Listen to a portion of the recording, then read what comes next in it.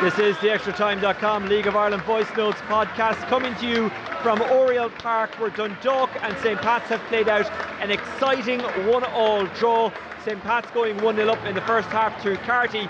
They looked like they were going to power home when Tulloch was sent off after picking up the second yellow card early in the second half. But typical of Dundalk, when they go down to 10 men, they rally, and Daniel Kelly got the equaliser. They could have won it, they could have lost it. Both teams had chances. Stephen O'Donnell, as I speak to you, walking around the pitch, applauding the fans.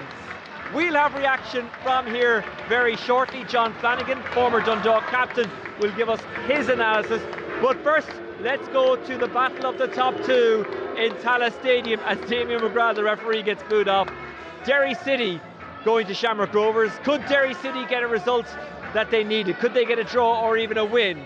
Well, watching this game for us was former Derry City and Bohemians player Gareth McGlynn, and afterwards he sent us this voice note.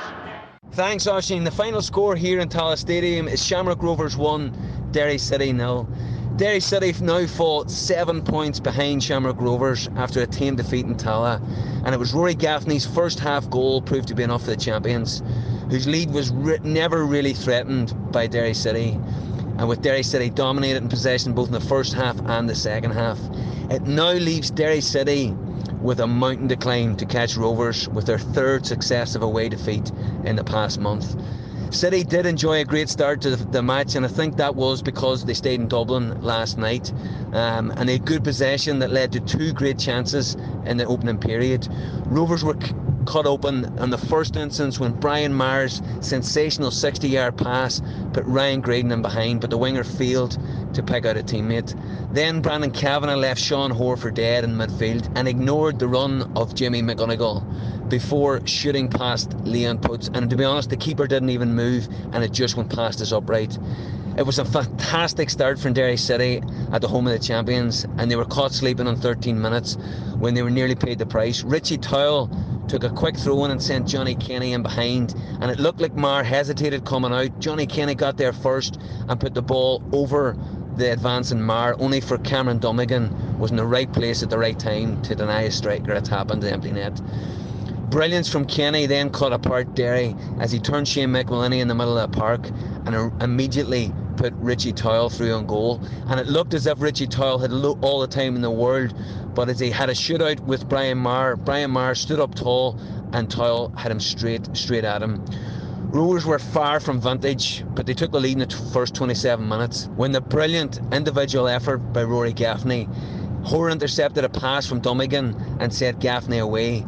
The striker held off Boyce and put a brilliant shot past Maher on the right hand side. It looked as if he was going the left hand side. He reversed the shot and Maher just could not get the ball, and it went into the corner. Rovers nearly scored a second before half time. Gaffney was proven unplayable at this stage. He stepped in from the right, had a 25-yard effort with his left foot, and it just went wide. Just as they had in the first half, Derry started the second half well, but Rovers sat in a 5-3-2 formation and Derry just couldn't break them down. Derry even threw on Cian Kavanagh for the last 15 minutes in place of Sadio Diallo, but the striker never really found his feet, and Derry just never looked like scoring. That was as good as it got for City, and they barely laid a glove on the champions. And a couple of decisive night in the champion. Derry had maybe a half chance where Mark Conley got free in the box from a corner in the 92nd minute. He had a shot, it deflected off Lopez and never fell to a Derry City chance. It's now 3 successive away defeats for Derry City, who travel to Shells on Friday night. Rory Higgins will be happy with the performance, but not the result. And on to Friday we go. I think we started the game brilliantly, right up. I know Richie Towell has a chance, but right up until their goal, we played the game in their half of the pitch and controlled it. They scored, I felt, against the run of play. Then we lost the composure for 10-15 minutes and grew back into it towards the end of the half. But second half, we had the lion's share of possession again, I felt, and we controlled large periods of the game up until a point. We got into good areas so many times and lacked that bit of quality, that final cross, the final pass, whatever it may be. But up until the point, their play was very good. This is the ExtraTime.com League of Ireland Voice Notes podcast. We're back on the pitch at Oriel Park. I'm not going to lie, we're recording this before we know the full-time result of Shamrock Rovers and Derry City, even though you've just heard the reaction from that game. Gareth McGlynn on analysis. He was also there, by the way, for BBC Radio Foyle. And you also heard all going to plan from at least one of the two managers. Most likely Rory Higgins. That's with thanks to Drive 105. John Flanagan, former Dundalk captain, you were here for LOI TV and LMFM watching a 1-1 draw between Dundalk and St. Pat's. The St. Pat's fans, again as we speak, have just left the stadium. Should they be happy, sad or indifferent? Should the Dundalk fans be happy because Dundalk went down to 10 but pulled it out of the bag and got a draw? How should we all be feeling about this 1-1 draw? Well, I think the Dundalk fans are definitely going to be the happier of the two sets. Going down to 10 men, go behind. And in fairness to Dundalk, they showed great character, great spirit to come back. The few changes that they made in the second half, I thought Darragh Leahy coming on, Cammy Elliott coming on and Kelly coming on really changed the game. But from a Pats perspective, going one up a man, they still had probably 3 or 4 excellent chances in that second half to put the game to bed, and they didn't. They set back and they allowed Dundalk come back into the game. Talk to me about the sending off. Tulloch sent off early in the second half. He was on a yellow. He picked up a second yellow. There's a lot of debate going on as to whether or not the second yellow should have been given. I don't think there's any complaints about the first, but what about the second? Yeah, well, so the first from my perspective is he's on his toes. He's not anticipating. So the first one is definitely yellow card. Second one, he's breaking out from defence, and I thought Mark Doyle done superbly well, tracking back, got his body in front of him, was shepherding him off the ball. And the two of them were kind of grappling and fell to the ground. I didn't feel there was a lot in it. From our vantage point, it looked it was a foul, that was it. And he's been sent off. There was a big reaction from the bench. The fourth official signalling to send him off. So from my it's soft, but it's you've given the referee a decision to make. But Dundalk seemed to spark into life from there, didn't they? Yeah, they needed something, and whether that was going to be a bit of individual brilliance, a big tackle, but unfortunately for them, it was a man going off that gave them that spark. But that prompted the changes from the bench, and the players who come on made a big difference. They showed great energy, great enthusiasm. And then Dan Kelly, in fairness to him, he done really well. He took a chance in behind. He was hoping that the defender and the keeper would make a mess of it, and they did, and he poached and got the goal. Yeah, it was just a kind of again, I'm fierce for forgetting things as soon as they happen. It seemed like it was a kind of high ball played over the top. The bounce was a little bit awkward, and Daniel Kenny nipped in and took advantage of hesitancy. Yeah, and he scored the exact same goal here earlier on in the year. It was a flick on, and the ball's dropping, and Lewis he's in charge. His body's in front, but he's waiting for a call from the keeper. The keeper's waiting for a call for him, and there's a mix-up literally just on the edge of the box. And Kelly, like you want any of your strikers to do, he's taken a chance and he's nipped in between both of them, and he's got a goal. What about the St. Pat's goal? Carty scoring it in the first half. It seemed to be a disappointing one to concede from the Dundalk point of view. Yeah, from a Pat's perspective, it's like it's a training ground move. It's a great ball out from Curtis. He's played a 50-yard diagonally free kick. Mulroney's taken a touch. He's played a lovely little reverse ball, and Carty ended up tapped in from a Murphy cross. But from the Dundalk perspective, the full-back's looking at the ball coming across 50 yards. He just win your header. There's no issues. And in fairness to him, he did okay in McCourt in the first half, and he's just going to be remembered for that mistake. Well, I hope his career is going to be seen as more than just one mistake against St. Pat's. Tonight's game, he did well, but he's got to put his hands up there and say, I've got to do better for this. And in fairness, he has largely played well this season after a long time struggling with injuries. What did you make of St. Pat's overall? You had a good, decent look at them tonight. Your first time, I think, seeing them in the flesh since John Daly took over. They're in a good run of form up until tonight. It was 7 wins in 9 matches. It's 7 wins in 10 now. Granted, the 8th result is a draw, if you know what I mean. So they're pretty decent, aren't they? I thought they done really well. Dundalk came out of the blocks quite well in the first half. Pat soaked it up really well. They looked good without the ball. Their shape was very compact. Dundalk didn't threaten, didn't create any chances. And then once they stepped it up, they looked a real handful going forward.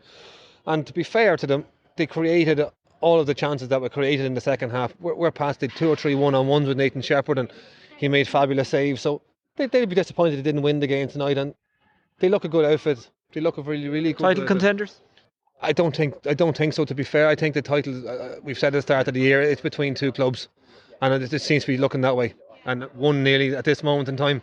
Yeah, and as we speak, it's just been confirmed by Aoife, who held the phone up to me there, that Shamrock Rovers have beaten Derry by 1-0. Of course, people listening to this interview know that at this stage because they've already heard the analysis from that game. But that's a big result for Shamrock Rovers, isn't it? Yeah, they've really pulled ahead now, and with a lot of European games going to be coming up as well, they're going to have that little bit of a buffer of a few points. I think that's 7 points now clear, is it? So yes. So they're pulling ahead, and again, you look at this quality you have, you look at the depth of squad that they have, that they should have enough to be able to play European games and a league game at the weekend and still win this. So is it a little mini league for second place between Bows, St. Pats and Dundalk? Yeah, I think those European positions are going to be really, really tight. As you said, those clubs you mentioned, they're all hoping to hit form now and get a run in, and second, third and fourth are going to be really competitive. And how difficult is it for teams to manage that kind of balance between Europe, the league, and then of course the cup, which starts as well? Yeah, well, especially from a Dundalk perspective, I mean, they're going to start Europe in a couple of weeks, and they've a small enough squad. Looked as if Cammy Elliott went off injured again tonight, so that's another body down. So they're going to have to get bodies in, because playing so regularly, and obviously we know in this league you don't get much leeway from the league in terms of days off, so it's going to be very, very tough. And priority has to be league to get into Europe for next year, but then also you have the once you do well in that first round, the carrot of more money the further you go on. So it's a tough balancing act for clubs. And finally, Shamrock Rovers come here to Oriel Park on Friday night. That's going to be some game. It's always a great clash when those two meet. Yeah, that rivalry is there the last number of years, and it's a great atmosphere. Hopefully, big bumper crowd, pack the place out. And from a Dundalk perspective, they had 3 wins before tonight that you probably would have expected them to get. And then tonight's performance was really good in the second half, and they'll hopefully be entering Friday night's game with a bit of confidence and give Rovers a real good game.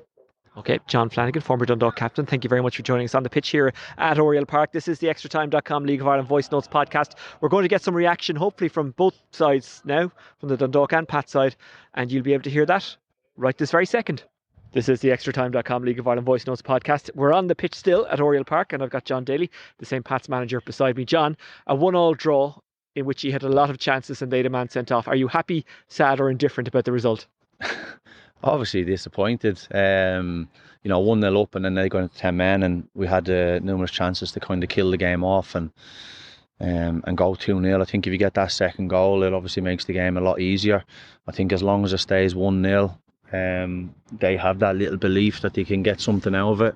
And it was probably a goal. The goal we conceded was probably of our own making, not defending the situation well, not dealing with it quick enough, not getting to the ball quick enough, and allowing Kelly then to feel like he could get there. I should have been dealt with quicker, and I wasn't. And disappointed from our point of view. That they're obviously going to be delighted with the way it came about, and he finished it off well, to be fair to him. You did create a lot of chances. Is that pleasing that they may not have been taken, but the chances were created? Of course, yeah. Like, I think when you're playing games, I think you want to create chances, and ultimately you want to put them in the net. But when you come up against the goalkeeper like Shepherd tonight, who's in fine form and makes good saves, it wasn't like they were poor finishes. I thought he made some really good saves. So we're creating chances. So I think the more you play like that, the more you create chances. Obviously, the more goals you're going to score. The disappointing thing, as I said, was that we didn't defend that situation a little bit better. I didn't think it was a well constructed goal from their part. It was more, a lapse in concentration from us. And I thought defensively they defended relatively well for large parts of the game. And it's that one moment that ultimately cost us the points tonight. Cheers, John. Thank you. This is the ExtraTime.com League of Ireland Voice Notes podcast, and I'm joined beside the pitch in Oriel Park by Stephen O'Donnell, the head coach of Dundalk. Stephen, a 1-1 draw against St. Pat's. You were 1-0 down, went down to 10 men, then equalised. So I'll put it to you that it's a point gained as opposed to 2 dropped. But what do you think? Yeah, well, obviously if you offered me it after 55 minutes, I would have taken it. But actually the way the game went, I actually thought we should have won the game. A little bit passive first hour. Sending off happened there first 55 minutes. We played the way we can play, and we looked a really athletic, powerful team, and thought we dominated with 10 men, to be honest. Shamrock Rovers coming on Friday night. What's the plan? Get someone sent off in the first minute and you'll play well? Because you seem to react well to adversity. Well, similar decision, similar area. We got a man sent off early in the game against them earlier in the season here, so looking forward to the game now. But the point will only be good if we go and recover well and really go at them on Friday. And finally, it's a big couple of weeks to the European games coming up. Like everyone will talk, or many people will talk about the financial ramifications of Europe. Is that something that you think about, given how it could change things? No, to be honest, no. It's about preparing well for Europe, and obviously there is side add-ons to that, but I won't be going into the game thinking like this, like financially what's on the game. It'll be going into the game thinking what's happening inside the white lines and where we're at. Injury-wise, how are you fixed for Friday? Well, Cammy obviously came off after being put in a monumental shift, so we'll see how he is. I'd say he would be a doubt, but hopefully we'll have a couple of bodies back ourselves. Dundalk head coach Stephen O'Donnell rounding things off on the extratime.com League of Ireland Voice Notes podcast. A bonus podcast for you this Tuesday, given that there was 2 Monday night games, but they were big games. Shamrock Rovers, they were always going to be on top regardless of what happened in Tala last night, but the win gives them a 7-point cushion over Derry, who are in second. Rovers are on 46 points. Derry are second on 39 points. St. Pat's third on 39, and Dundalk fourth on 36. Bows just 1 point behind them on 35. Then there's a bit of a gap to Shells. Obviously a full programme of fixtures on Friday night. The standout one would have to say, is Dundalk against Shamrock Rovers. Luke Jordan will be along with the extratime.com League of Ireland podcast either tomorrow or Thursday, and they look ahead to all of those games. They'll also have more on the World Cup squad. Vera Pauw is naming her squad this week. A big deal. It's going to be a great summer, and hopefully they'll go far into the tournament, because I think Ireland needs a tournament summer, and there's nothing quite like when the Republic of Ireland get going in a tournament to get the country going and just to create a buzz. As always, you can contact me via Twitter at Oisin Langan. You can get in contact with Extra Time via at Extra Time News, and of course the match reports from last night's games and the previews for the games upcoming over the next couple of days, and everything you need to know also about the Republic of Ireland World Cup squad will be available on extratime.com over the coming days. That's it for me. I'll talk to you soon. Take care. Bye bye.